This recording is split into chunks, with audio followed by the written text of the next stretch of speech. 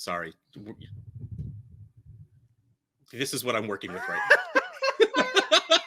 She has climbed on top of the couch and is staring at me. And I couldn't do it. Oh my God. Hey, everybody. Welcome back to another episode of the DLF Trade Show. A happily proud member of the DLF YouTube stream. A proud supporter of DynastyLeagueFootball.com. And wow, the real company man over here in Addison Hayes at Amaze Hayes _ with the hat and the t-shirt. Just everyone look. This is what a company man looks like. It really helps when the t-shirt is like the most comfortable shirt I've ever had in my life. I need more of those. Now all you need is that big open space you got right behind you. Just paint a nice big DLF logo on there and you're good to go.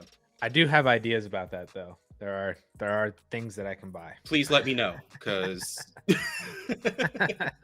it's been months. Yeah, we'll figure it out. But this would be an awesome interior design show. Not gonna lie, that'd be a great idea. But that's not what this is. This is the DLF Trade Show. So we are going to use the DLF Trade Finder and the DLF Trade Analyzer to. All right. Well, this show is just things we wanted to talk about. There's nothing fancy. There's nothing special. The show sheet literally just says 3 players, even though that's a little bit of a misnomer. We'll get to that in a few minutes. I am late to the game on trying to acquire at this point. It's not that it's a new liking of this player for me. Always been a fan. I'm stretching this tease out as long as I possibly can. But I think we're at the point now where everyone understands that Michael Pittman is pushing his way, easy top 24 wide receiver, but value-wise, like, probably pushing that top 15 area. In ADP, he is a total of 57 overall. Of course, I am not a prepared host, and I don't have actual positional ADP up to be able to tell you what wide receiver he is. 16, 32 overall in 1 quarterback leagues. I was so close. I said 15, he's 16. See, look at that. I am plugged in, as the kids say, like 20 years ago. All right. So a couple of days ago threw out a lot of trades for Michael Pittman, all of which got rejected, which means I need to send better trades, first of all. Second of all, I was hoping to maybe catch 1 or 2 people unawares and hope to get a decent deal on it. And it just doesn't seem like that's going to happen anymore. So I was curious to see what were some trades that actually went through, and Addison was nice enough to use the DLF Trade Finder to find some of them. So let's go over them. In a 12-team Superflex league, Trevor Lawrence, Michael Pittman, and Alexander Mattison got traded for Joe Burrow and Donald Parham. Cool. Of course. Yeah. Yeah. That was the linchpin to get this deal done. So Trevor Lawrence comes in at 630.9, Michael Pittman 265.3, Alexander Mattison 42.1, total 938.2. Joe Burrow 888.6. That was tough to say. Donald Parham 5.7 for a total of 894.3. I love Joe Burrow. I mean, he helped my boy be a boy. Clemson, strong, national championships, really good last year. Yay. Is he a difference-making quarterback to you? Fantasy-wise. Let me absolutely frame this because this is a fantasy football show. Do you see a year or two going down, him being in discussion of pushing himself into that top tier that right now, at least to me, is that Josh Allen, Patrick Mahomes area? I could see it. I definitely think he's one of those quarterbacks that could have like a Mahomes, Brady, like 40 plus touchdown season, and put himself up there. But I don't know, man. I think Joe Burrow's kind of overvalued just because of the playoff push and the Super Bowl run. And it's just really hard for me to say I am as confident having Joe Burrow on my team as I am Lamar Jackson or Kyler Murray, and it's just like, I just can't put him in that upper echelon that everybody else has already seemed to be able to do. So I'm kind of with you. And that makes me Okay, for this trade specifically, where the fact that we're talking in the analyzer of not like a very big overpay at all. This is practically an even trade in the analyzer. I think I do this to go get Joe Burrow in a lot of cases, but honestly, Trevor Lawrence can't be as bad as he was last season. He can't, Right. physically can't. Like, pick a magic thing that could go wrong. Like, that went wrong. Like, I was like historically bad touchdown numbers, historically bad offense, historically bad history. Like, that's how bad it was. Like, everything was bad. So let's say Trevor Lawrence even becomes a top 24 fantasy quarterback. That's all I'm saying. Like, he finishes as QB 20, and you have Michael Pittman, who could finish as wide. Let's pretend he finishes at wide receiver 15, 16, where he's kind of placing ADP wise. To me, I'm cool with that over Joe Burrow, who will probably finish as QB 6 to 8. Right. So give me those two players who probably week to week don't have that difference of a point differential. But if my team is just like amazingly awesome and Michael Pittman's like my wide receiver 4 or 5, yeah, maybe I do this because I believe in the upside of Joe Burrow. But man, like, I'm there for Michael Pittman being wide receiver 12 to 15 with more than that, possibly with, if the old guys don't really hit the way they used to because they're on new teams, because they're older. Like, so if Devontae Adams and Tyreek Hill push their way down, if CeeDee Lamb doesn't pan out the way we want CeeDee Lamb to be, and all of these things to me are very realistic, like, Michael Pittman can score as a top 12 wide receiver and be valued as one by the end of the season. Right. And if Trevor Lawrence does better, his value will at least hold. So the more I'm talking about it, the more I am pretty much on board with Trevor Lawrence and Michael Pittman's side. And I mean, Alexander Mattison and Donald Parham, cross them out. Maybe you're a little bit more excited about Alexander Mattison because if Cook does go out, you have a guy who has shown that he can be very usable in fantasy.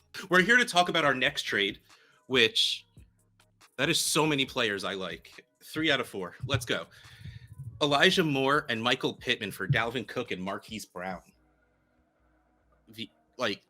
Wow. Elijah Moore, 265.9. Michael Pittman, 265.3. Wow. Those two guys are worth 0.6 apart from each other for a total of 531.2. Dalvin Cook, surprisingly still worth 442.5. And Hollywood, wow, worth less at 247.8 for a total of 690.3. I mean, that is a sizable difference. 160 points isn't nothing. But I still want the 2 wide receivers because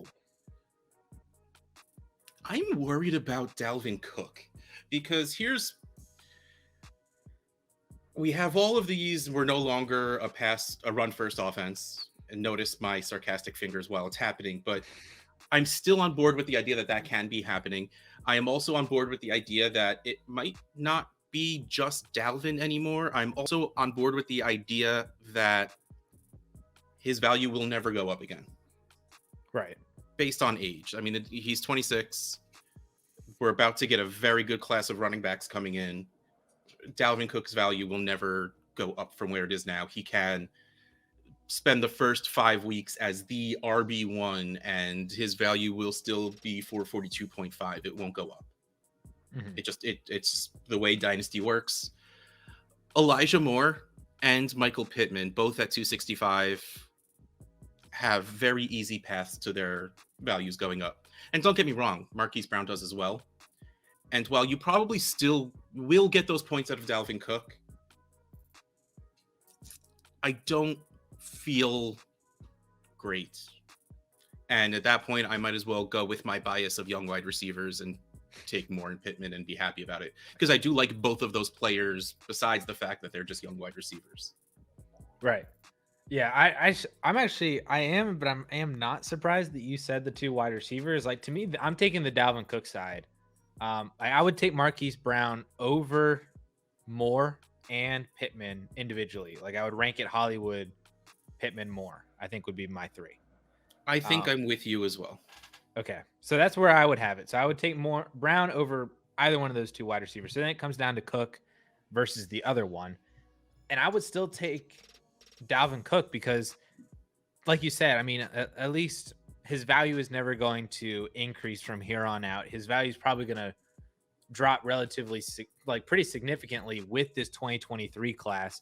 Not to mention players that are behind him at his own position, in ADP right now. Like if Cam Akers shows out well, he could climb over Dalvin Cook. You have Kenneth Walker down there.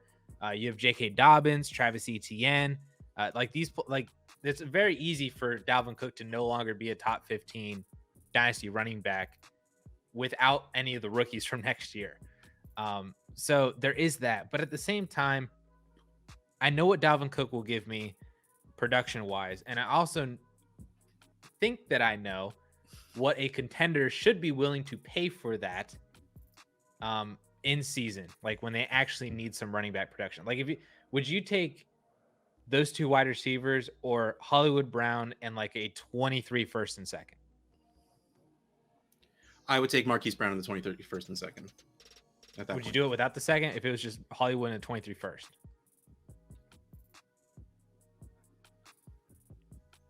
That's a lot closer though, right? Yeah, that's hurting my brain. I think the answer will be yes, because weirdly enough, Marquise Brown is wide receiver 26 in June. That's crazy low. Like you and I are definitely way much higher than that. Right. Especially with us saying Hollywood over Pittman and Pittman being wide receiver 15. Like I'm all here for the Hollywood Brown points. I just think it's easy. I would take a 23 first over Elijah Moore, because while I like Elijah Moore, I would be very happy with him on my team. I just, in an outhouse challenge, sent a 24 first for Elijah Moore and felt absolutely fine about it. And then we are saying right now, I mean, Brown and Pittman is close enough, right? So if I think a 23 first is worth more than Moore, then give me the 23 first. Give me what I think is a little bit more, because I hate players with the last name Moore, because then you say you want more and then it's like, no, not more, but more. Give me the pick. Because then you could turn that into something that if you wanted, you could 23 first, man, you could turn that into almost anything you want to these days. So yeah, if you change it to that, I will take the Hollywood side. The next one is a player I was very happy that Addison brought up, because I did try and trade for Aaron Jones a couple of days ago, though I got a little button clicky happy and made the trade way too big and it got rejected. And I'm like, I don't even know what I'm doing anymore. So I walked away, but I'm gonna have to go back. Especially, let's see what these look like. In a 12-team Superflex league, Aaron Jones and Michael Carter, running back one for the Jets, got traded for Kenneth Walker. Interesting. Okay. So Aaron Jones is worth 294.1, Michael Carter 51.7, total of 345.8. Caution, Team A is giving up the highest value asset in most pieces in the deal, because Kenneth Walker is worth 257. That surprises me. I don't know if I think that means Kenneth Walker is undervalued in the analyzer, if Aaron Jones is overvalued. Their ADP is pretty much identical at 64 and 66. I mean, I just want Aaron Jones over Kenneth Walker. I have many feelings about Kenneth Walker, especially in Seattle. Aaron Jones is going to score so many fantasy points this season. So many. And I want those points. And that's what, and plus I love Michael Carter, so it makes me a little happier just to have him on my team, even if, yes, I have to say such silly things as Jets running back one, Michael Carter, to make me feel better about it. But yeah, like to me, this is very easily Aaron Jones, even though it is a 27-year-old running back for a 21-year-old running back. Yeah, I'm taking Kenneth Walker. And this is the whole like Walker's going to go this way and Jones is going 1,000%. But you know what I'm saying? That's because this time next year, and this is something that I've been trying to force my brain to understand because I've done this 2 years in a row now, that when you have two players who are similarly valued, or even, you know, the older guy is a little bit higher valued, when they're going in those two opposite directions, in 1 year from now, you're going to want the younger player because the community is saying that they're going to want the younger player. And that's just going to be how it is. Like Aaron Jones could be the RB10 again, like he was last year. And it's not going to matter because he's going to be 28 years old and he might not even be on the Packers. Whereas Kenneth Walker, could have a really good rookie season. Maybe Rashad Penny does get hurt again. Or maybe Kenneth Walker just outright takes it and because he's better than Rashad Penny and also 3 years younger, then this time next year is going to be a completely different story on these two, and you're going to want the younger player. Yes. I have a philosophical issue with the trade, I guess is what it comes down to. Okay. Like, you have to be really high on Kenneth Walker to make this trade, in my opinion. Like, if you're rebuilding, you don't really go for running backs. Like, I think it would take a lot for Kenneth Walker's value to increase. The hype is kind of there already. I mean, in ADP, okay, 66 is lower than I thought it would be because most things I saw before this was Kenneth Walker going in like the 4th round. Mm-hmm. Oh, well, this is super flex. I apologize. Yes, Kenneth Walker's going in the 4th round of one quarterback. Right. So Kenneth Walker needs to pretty much finish the season as a top 10 running back handedly for his value to go up. If anything, I feel like he's going to be seen as a disappointment. And I'm going to throw it out there. Be prepared to be disappointed. I feel like people are already not like there's like two different factions of the people who were like Rashad Penny is what he was to end the year. And then there's the people who are like, all right, Kenneth Walker is going to take this job easy. All right, fine. Look, I was trying to hold down some of the feelings, but they're bubbling up. It's going to happen. Hit me. Sorry. So Kenneth Walker, here's the thing. Kenneth Walker is a very good runner of the football. That is not called into question. This has nothing to do with the player specifically. Besides Marshawn Lynch, the Seahawks have not passed a lot to the running back. It was just the fact that it was Marshawn Lynch because he was Marshawn Lynch. I just like saying the name Marshawn Lynch because I miss Marshawn Lynch.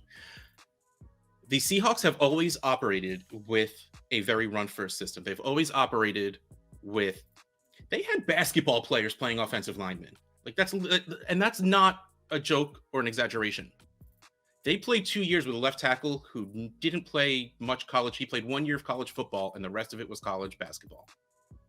Because that's the insanity that was Tom Cable. So glad he went away. But the reason they needed Russell Wilson on their team was because they only had linemen who can block for the run. That's all they ever had. The second their lineman had to take a step backwards, they may as well just sat down. The fact that you had Russell Wilson who can do whatever the heck he wanted and not get tackled half the time in the backfield was why they succeeded. And that's why they had such a good run game, even though they had Russell Wilson and they just kept running the ball. Their line was set for running the ball. They just drafted 2 linemen with very good draft capital. Both of them are pass blockers. They are not the run blocking team they used to be because now they may have to actually protect a quarterback. Quite the quarterback. Doesn't matter who it is. They know it's not Russell Wilson. So it's like, okay, this player may die where Russell Wilson would have just, what did he get? Like sprain an ankle or something, whatever he finally did after like 10 years. But they are not going to be as good at running the ball as they used to be. They're not going to be set to run the ball as much as they used to be. They are not going to be defended against the pass as much as they used to be because it's not Russell Wilson back there anymore. Everything is set so that their running game will not be what it once was. Even if they keep that philosophy, it is going to be very hard for Kenneth Walker. He is not going to, with that offense being as bad as it is, he's not going to get as many red zone. He's not going to get as many touchdowns. He's going to need to just out of his mind play, which is absolutely on the table because it's like we sat here saying Nick Chubb, he's just so good. He's just so good.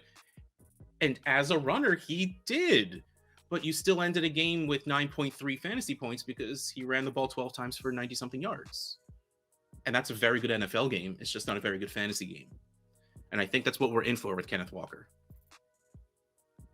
And if I Kenneth don't. Walker turns into Nick Chubb, I'm still going to be all right with it. That is okay. I'm not saying he is Nick Chubb. Nick Chubb is Nick That's Chubb. what I mean. Like if he becomes Nick Chubb, I'm going to be happy. And I think that would actually raise his value. Because I don't think people see that yet. I think that's all they see. They see a good runner of the football on the Seahawks. But I don't even think they see good. I think they see a running back on the Seahawks. A running back. A high draft capital running back on the Seahawks. Right. Yeah. Like I think they see like Damian Harris on the Seahawks. I mean, that's not really a terrible thing to say out loud. You're like, you said that. I'm like, now that you say that, okay, but that's not terrible. But again, I think that's what people see, and they're just like, they're not. But like, with an ADP that high, with him being taken at 102 in a lot of rookie drafts, like, I think the expectation is going to be way too up there. Which, even if he has a good rookie season, we're going to CEH him, where the expectations, okay, not quite that much, but if the expectations are up here, even if he performs here, which is still very, very good for a rookie player, it's lower than we thought, in which case his value won't go up.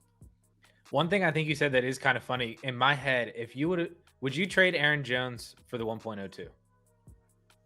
And Aaron Jones is worth so much less than that.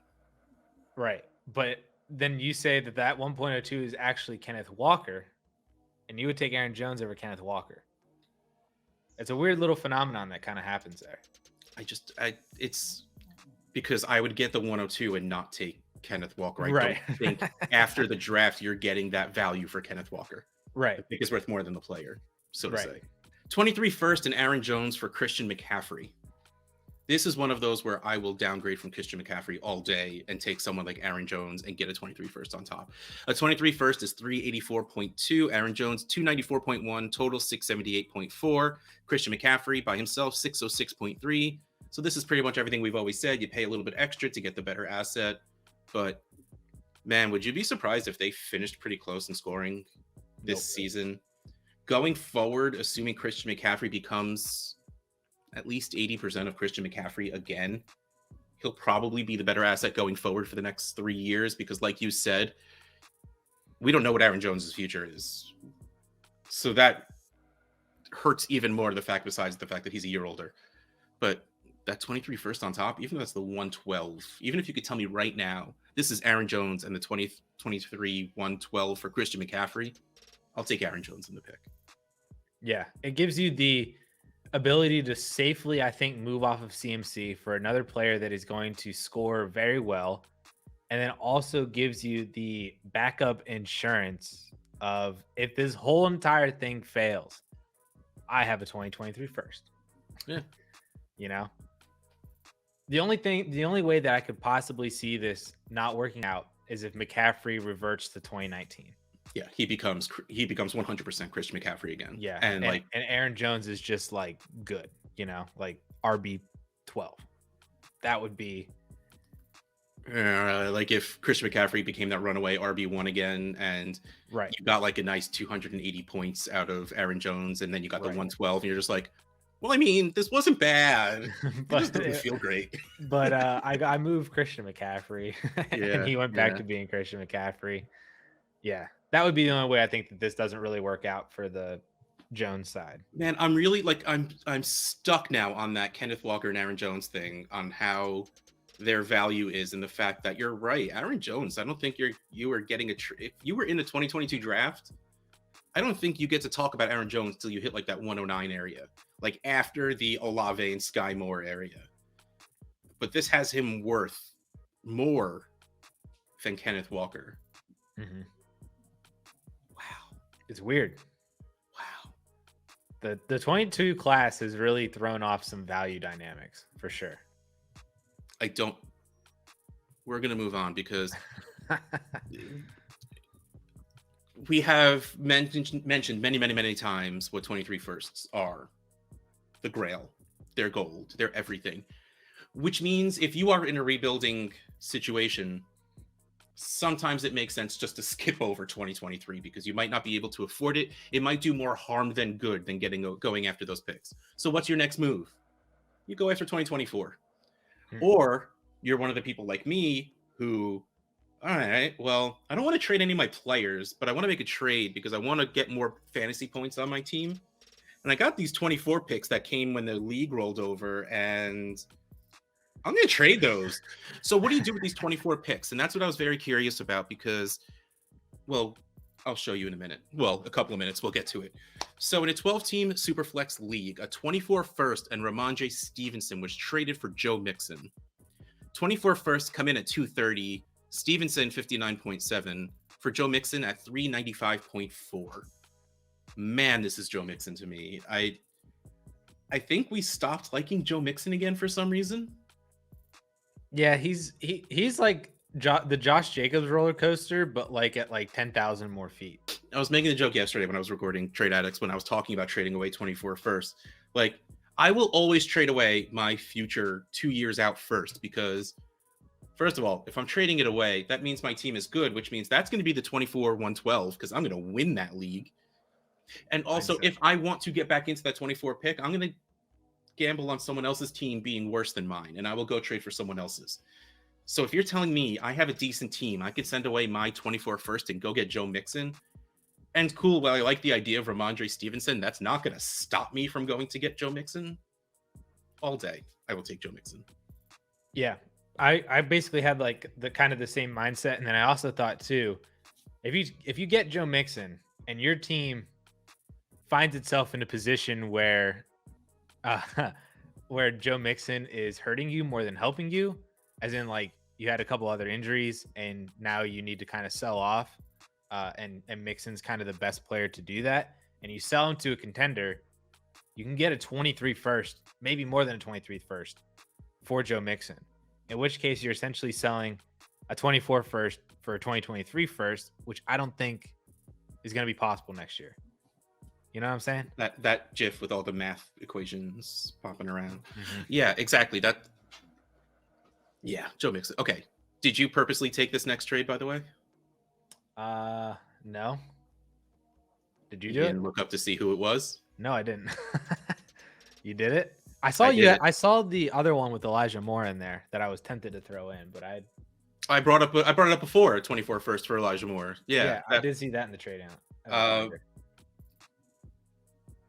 I put in my group chats that I was not in a straightforward frame of mind and that someone should send me trade offers. I received this in my inbox, sending my 24 first for Chris Godwin in a league where my team's pretty good. Oh, this was you. Your name's not Dynasty Outhouse. It's Outhouse Fire. I think that's what threw it off. My team got really, really bad, and I didn't want to change it to Dumpster Fire, so I just left it as Outhouse Fire. Yeah. So I accepted this real fast. I don't care that Chris Godwin's going to miss a couple of games at the beginning of the season. Chris Godwin is 26 years old, which means he is yet to actually enter what's considered the prime of a wide receiver career. He's really, really good. So I will sell my 2 years out first because if I want one, I'm going to try and get someone who's going to be worse than me. And Chris Godwin makes my team a lot better. So I took this without even thinking about it. And by the way, 24 first, 230. Chris Godwin, 338.3. Yeah, kind of a similar trade as the Joe Mixon one too, where it's just the player is worth, I don't want to say a lot more, but a decent amount more. See, this is one of those situations, like I said in the beginning, where people are rebuilding but realize what it's like to get a 23 first. You're probably not getting a 23 first for Chris Godwin. You should. I don't think so either. And a lot of that value is kind of spilling over to 2024 too. Because I think people see that 2024 is also supposed to be a pretty good class.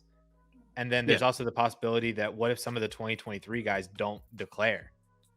And then that kind of spills over too. 2 years in a row of draft pick values like that. Just don't say that stuff out loud yet. I'm not ready for it. Well, yeah.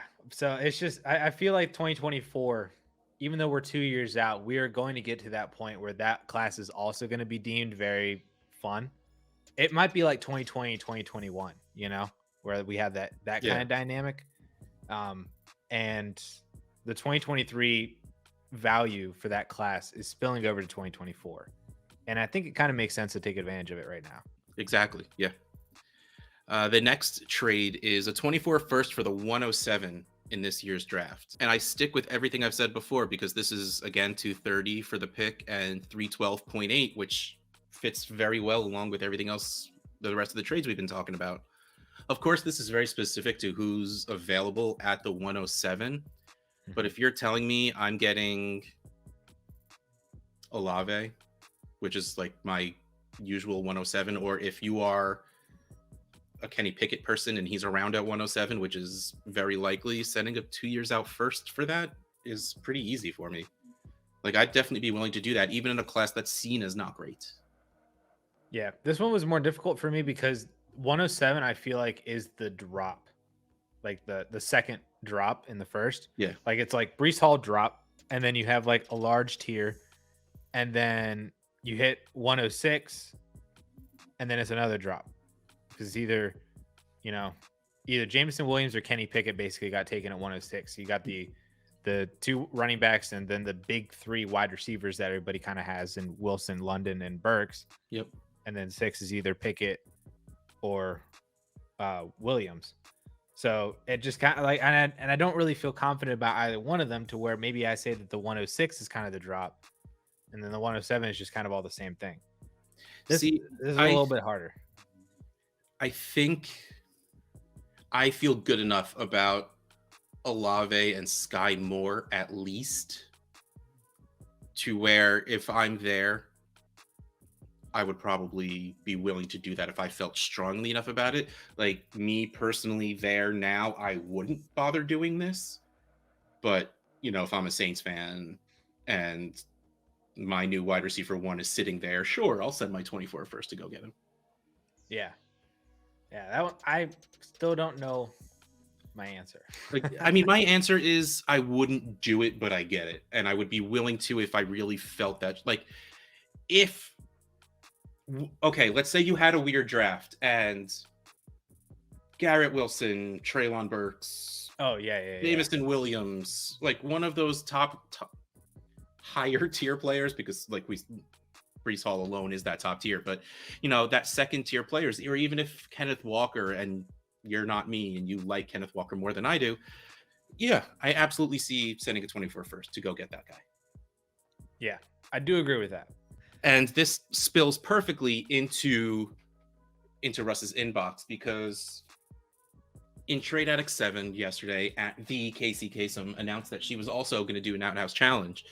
And I sent this one thinking I had this. Like, I was ready for it. After the first 20, 30 votes, I had a good, 2/3 of them. Like, I thought I had it. You know what? I'm not going to tell you which side it was. A 24 first and Brandon Cooks for Tyreek Hill. Which side do you like? Tyreek. Yeah, me too. I wanted Tyreek. Okay, so I have seen a out-house challenge, just in case. You take a trade offer, you put it as a poll on Twitter. If the side being offered to you wins the Twitter poll, you accept the trade. So I sent the 24 first and Brandon Cooks for Tyreek Hill. And I really, honestly, I thought I had this, because you're not getting a 23 first for Tyreek Hill in most situations. And this is something that I've seen get rejected. I've seen talked about on Twitter. So I figured 24 first plus that darling in Brandon Cooks, where he won't have a lot of dynasty value, but you'll get points. And when trading away Tyreek Hill, getting future value and points back, to me, is best case scenario. Mm-hmm. And I was close. I think it was 53-47 in the end. It was over 100 votes. I sent it to you in Slack. I don't remember what it was anymore. That's what it was, 53-47. Okay, apparently I absolutely remember what it was, because it seared into my brain that I was sad that I lost. But the analyzer has the 24 first at 230, Brandon Cooks at 120.7 for a total of 350.7. Tyreek Hill still up there at 488.5. I really thought I had this, and I really thought it would have been a good trade. And the analyzer is Brandon Cooks disagreeing with me, because that's the value difference between the two sides. It's 130 points where Cooks is 120. But also, I don't think you see many trades go through with Brandon Cooks actually being valued at that 120. because we all know Brandon Cooks is scoring points. You're never going to get the Dynasty value for the amount of points, but you still get them. So I was very curious on your ideas about this trade, and if I was just completely wrong in all of the things I just said I was thinking, or if Twitter just hated me yesterday. No, I do want Tyreek Hill with this as well. I know a lot of people are really down on Tyreek because of him being in Miami, which I get and then I don't get. Like, I've seen some people that are like really, really down on Tyreek, like saying that he's not even going to be like a top 15 wide receiver, which I find weird. I'm like, have you watched Tyreek Hill play? I mean, that is assuming that Tyreek Hill isn't very good and he only did well because Patrick Mahomes was his quarterback. But there's just as much of Tyreek was just as much of a reason for Patrick Mahomes. Tyreek Hill still had to get open and then evade as many tackles as he did to do as well as he did. Right. Yes, having Patrick Mahomes absolutely helps, but it's not like I could have done the same things he did just because Patrick Mahomes is throwing me the ball. I would probably break a hand if Patrick Mahomes was throwing me a ball.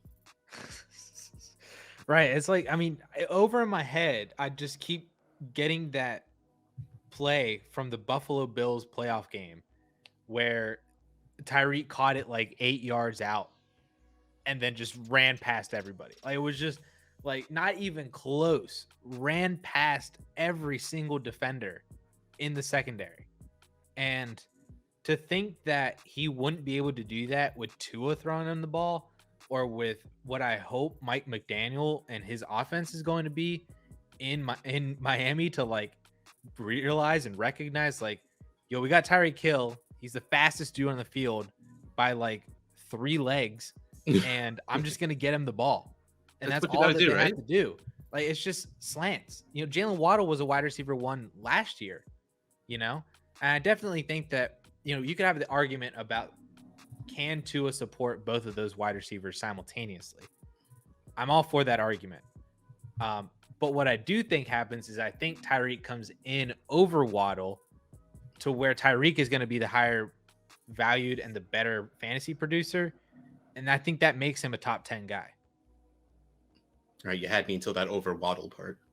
I am just as sad about that as well. I also do think that Waddle could be top 15. I think we have a very good like Chase Higgins situation here, you know, to where both right there. How do you forget it? Where both of those guys are going to be really, really good for fantasy. It just might be like it's one of their weeks and it's this there, you know, one of those things. Yeah. But I think at the end of the year, Tyreek Hill is going to be really good, and we're all going to remember in week 1 when he catches like a 70-yard touchdown, just how freaking good Tyreek Hill is. And it's not going to matter that Tua is his quarterback and not Patrick Mahomes. Do you think as a 28-year-old, his value can go up though? No, that one's also another argument too, because, and people are like, oh, well, Cooper Kupp and Stephon Diggs gained value at 28 years old. And at the same time, Cooper Kupp and Stephon Diggs were like wide receiver 30 the year before, you know, they broke out in that massive year. Whereas Tyreek is still valued as a top 10 dynasty wide receiver. So I think it would be hard for him to gain value based on where he's already at right now. Yes.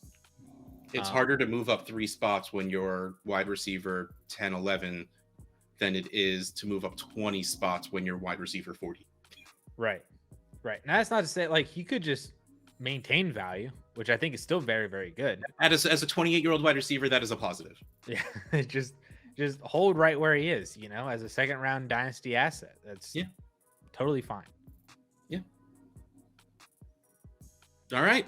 Well, I'm still sad it didn't go through.